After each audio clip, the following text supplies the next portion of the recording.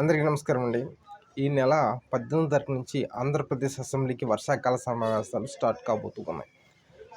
అయితే దీని సందర్భంగా రఘురామకృష్ణరాజు గారు మాట్లాడుతూ ఈ సమావేశాలకి వైఎస్ జగన్ వైసీపీ హాజరు కాకపోతే జగన్ మీద వేటు వేసి బై ఎలక్షన్స్కి వెళ్తామని చెప్పేసి ఆయన స్పష్టంగా చెప్పడం జరిగింది.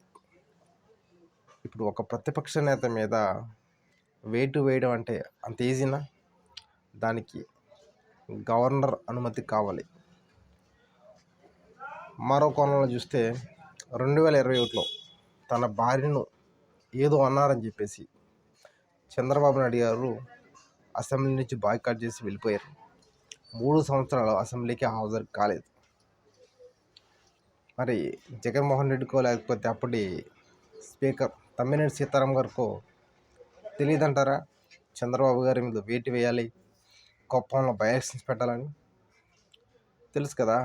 సో ఇక్కడ రఘురామకృష్ణరాజు గారు గుర్తించాల్సింది ఏంటంటే, మన పరిధిలో లేని అంశాల గురించి మీడియా ముందు హైప్ చేసి మిమ్మల్ని మీరు తగ్గించుకోవద్దు అనేది నా సలహా. Thank you.